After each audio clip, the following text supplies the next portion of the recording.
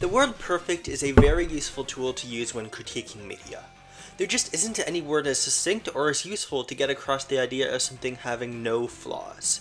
If I call something a flawless game, I just sound like the Mortal Kombat announcer. Perfect is just the perfect word to get across the same meaning. Hey look, I repeated it there. Really is useful. But calling a game perfect definitely doesn't hold up to that much scrutiny, because basically anything will have some flaws you'll have to acknowledge when critiquing it. And perfect as a term has become quite controversial, with lots of people saying it's lost any meaning when so many people use it for just about anything. Too many 10 out of 10 IGN reviews. That's why, when I review stuff, I find it more useful and specific to say it's perfect for its genre, instead of just being perfect in general. Calling something a perfect platformer instead of a perfect game, or a perfect pop song instead of a perfect song. It gets across the message that while the piece of media might not be without flaw, it's absolutely perfect for what it was trying to accomplish and trying to be. And at least for me, I think it's just as big of an honor as saying it's perfect in general. Knowing that this is how I see the idea of perfection in video games, there's a question you probably aren't asking, but I'm going to answer anyways. What does it mean for something to be a perfect series, or more specifically, a perfect trilogy? Well, that's a very big hurdle for a series to overcome, but the way I see it, for a trilogy to be considered perfect, it has to be not only consistently good, but each of the entries need a perfect balance of introducing new elements and changing up the formula, while staying true to what that series is. It's difficult for me to explain though, so I want to talk about a video game trilogy I consider to be perfect for what it was trying to accomplish, and one that fits the description of how to make sequels to a T. It's the arcade run and gun series, Metal Slug. This is an amazing collection of games, the first 3 entries of which present a perfect model for how games can be expanded upon for a trilogy's 3-act structure. So for this video, I want to go over the Metal Slug series, how it built up this legacy and handled it so well that it crossed over into the territory of perfection, one game at a time. The first Metal Slug game is very simple compared to the rest of this series, but it's mostly because this is where so much of it was born, and where concepts that would define the series originated. The run and gun action with all the different types of weapons, the vehicles that can wreak havoc all over the place, and the cartoony style that's still ultra violent. And really, what I find to be the core of Metal Slug is how satisfying overcoming this chaos is. The game makes a huge spectacle all over your screen with some gorgeous visuals, bright orange explosions, and you fight through the comical soldiers and dinky little tanks in this chaos anyways, which makes you feel cool for being able to do it. Well, if you have enough quarters, that is. These games are quarter munchers, you'll need like 15 at least to be able to beat it. But that just makes it more satisfying when you do succeed, and this game was one of the most satisfying, chaotic, and fun arcade experiences out there. Its winning formula was part of the reason this series could become perfect in the first place. You have a great game.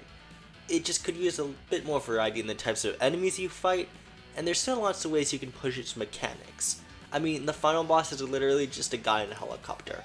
Not bad, but we can do better. Eventually, Metal Slug 2 comes out, which is what I want to talk more about, and you'd better believe SNK did better.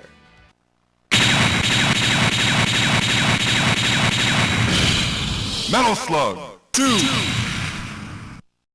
Okay, so any game that introduces Theo Jeremy is automatically a good game, which isn't saying much because there's only one game that introduced Theo Jeremy, Metal Slug 2, but it's still a compliment. Right off the bat, this game starts with a new army being introduced. This time they are vaguely Arab instead of the totally not Nazis we were fighting before, and this new first level is one of my favorites of this series, just being a great encapsulation of the Metal Slug formula. After the first mission, the second level brings us to Egypt, and we go inside a pyramid for what's one of the most interesting parts of this series.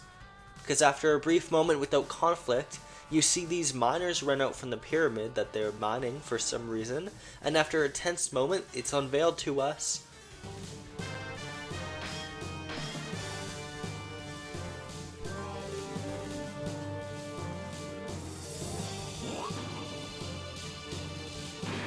Oh my god, we're fighting mummies! Yes, Metal Slug 2 was the first game in the series that introduced non-human combatants, which was a pretty big departure for the series, and honestly, it works pretty well. The Metal Slug games were already very cartoony, so it doesn't feel that out of place, and being reminded of the Goofiness series kinda makes the tone a bit better. Of course, it also gives this game much more variety, as there's not just one soldier type to kill. It adds an extra layer of strategy too, since transformations are a gameplay mechanic now.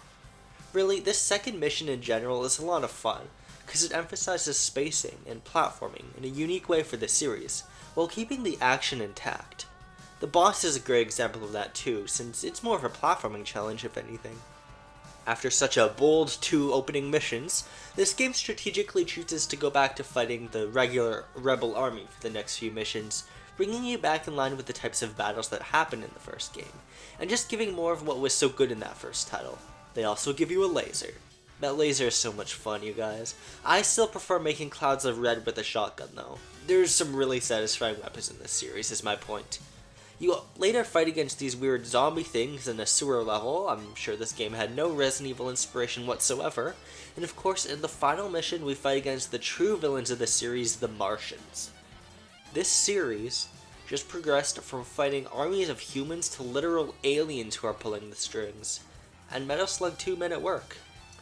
Right before the final boss, you get some time to just mow down rows and rows of these new alien threats, and bask in the absurdity of it all. This is one of my favorite parts of this series. They're very satisfying to fight. They vomit puddles of green, their skin melts away to reveal their skulls, their tentacles fly off in flames. All great stuff, which ends up being a valuable part of the series. You'd better believe the final boss is more satisfying too. You team up with the villainous army to beat back the mothership. And this is so hyped that if I ran out of quarters at the final boss in the arcade, I would literally heavy machine gun a man for just one more credit, so that there's a chance I could win and save the Earth. Sorry man, it's for the greater good. Everything from Metal Slug 1 was turned up to 11 in the sequel. The stakes are so much higher, you get so many more interesting locales to fight in, and the game managed to fly so much higher than the first game. No shade to the first title, of course. They're both great games, and when you want a slightly more simple experience with one army to fight, Metal Slug 1 is there. I've replayed both titles a lot, and they still manage to be a lot of fun. The fact that they have different locales and feel just different means you can go back to either of them, and that's part of what makes this series perfect. Overall, Metal Slug 2 marked a huge change for the franchise on paper, introducing monsters to the series, cementing what the tone would be like, and serving as the blueprint for how future games will go. And really, it just recontextualized the whole conflict of the series. In practice, however, everything about this game feels just as Metal Slug as ever. I could think of no better way to follow up the first game. This is also high praise for me because I want to highlight that on a personal level, I usually prefer the original when a sequel changes a lot about the series. I prefer Alien to Aliens, Mega Man 1 to Mega Man 2, so I'm not just saying this trilogy is perfect because Metal Slug 2 is good. The game that follows this is technically Metal Slug First Mission, but that doesn't count for obvious reasons. We need to take a look at the next arcade game that concluded the trilogy.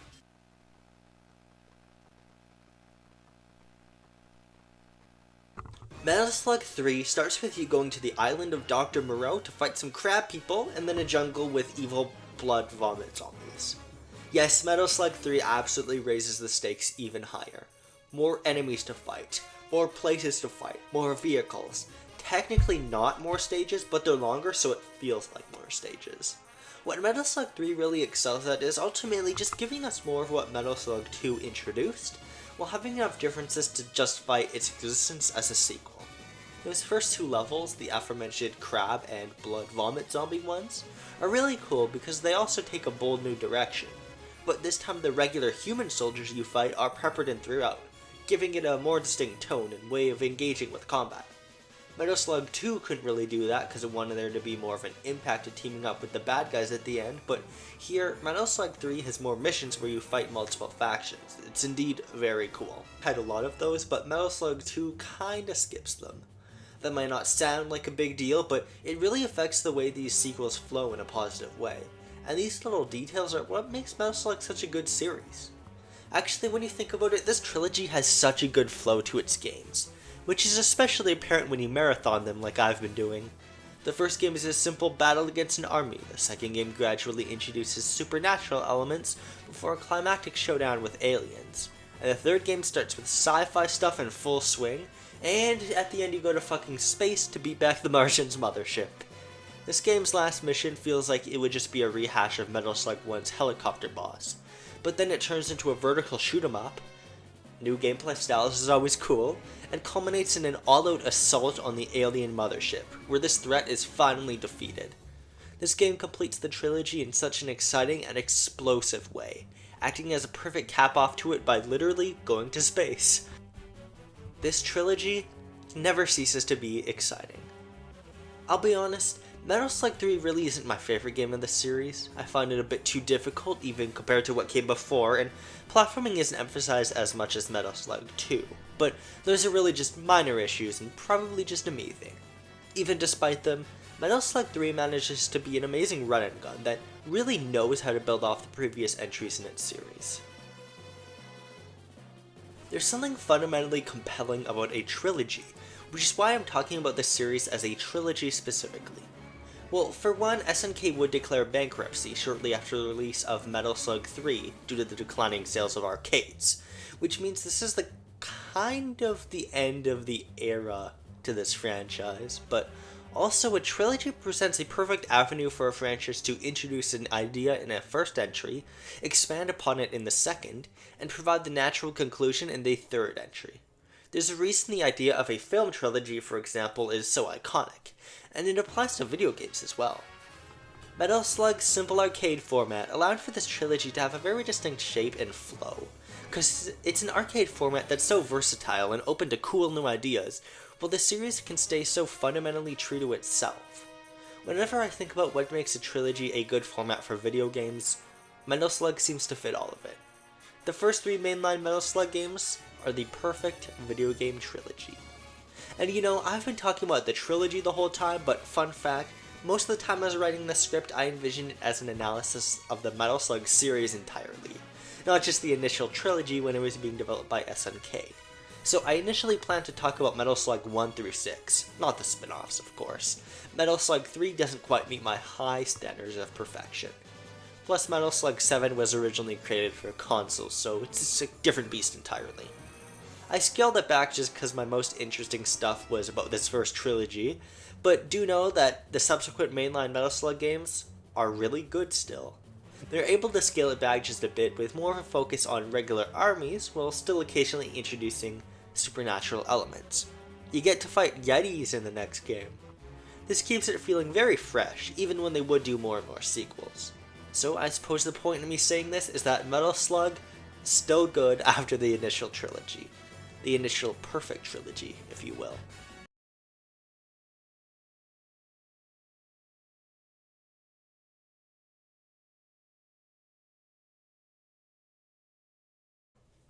Also, give us Metal Slug Tactics soon, please. Okay, thanks for watching. See you later. I just want to play Metal Slug Tactics right now.